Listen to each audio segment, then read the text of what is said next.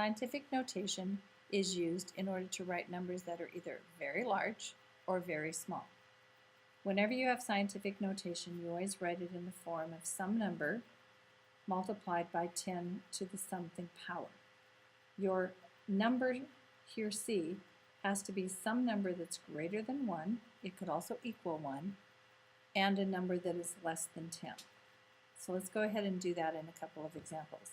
If I wanted to change the number 289,000 to scientific notation, I want to make sure that my first number in scientific notation is a number between 1 and 10.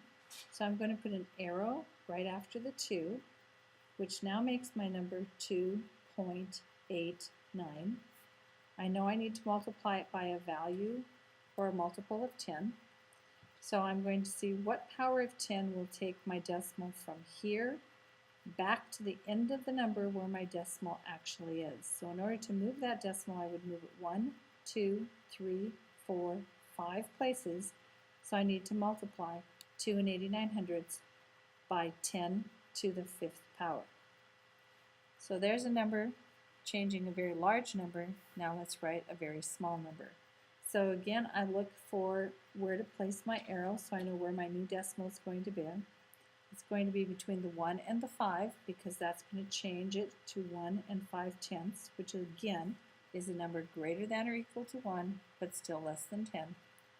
I need to multiply it by a power of 10, so in order to do a power of 10, I need to move my decimal 1, 2, 3, 4 places to the left. When I move it 4 places to the left, it's going to be a negative exponent, so it's multiplied to the -4th. So that's how you change a number into scientific notation, either the large number or the small number. The next part you're going to expect it to do in your homework is you're going to be expected to multiply or divide numbers that are written in scientific notation. So that's really pretty easy. I'm going to multiply 3.1 by 2, and then I'm going to multiply my powers. So I have 10 to the 3rd multiplied by 10 to the 5th. So I know if I double 3 and 1/10, I'll have 6 and 2/10. And if I multiplied 10 to the 3rd times 10 to the 5th, I would have 10 to the 8th power.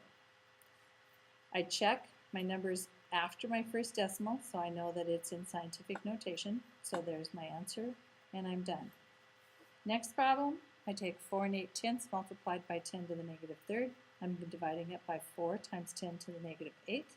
So I'm going to divide my terms. 4.8 divided by 4 is going to be 1.2. When I divide exponents, I know I need to subtract them, so I have 10 to the -3rd subtract the -8th. Remember, that means I'm really taking -3 plus 8.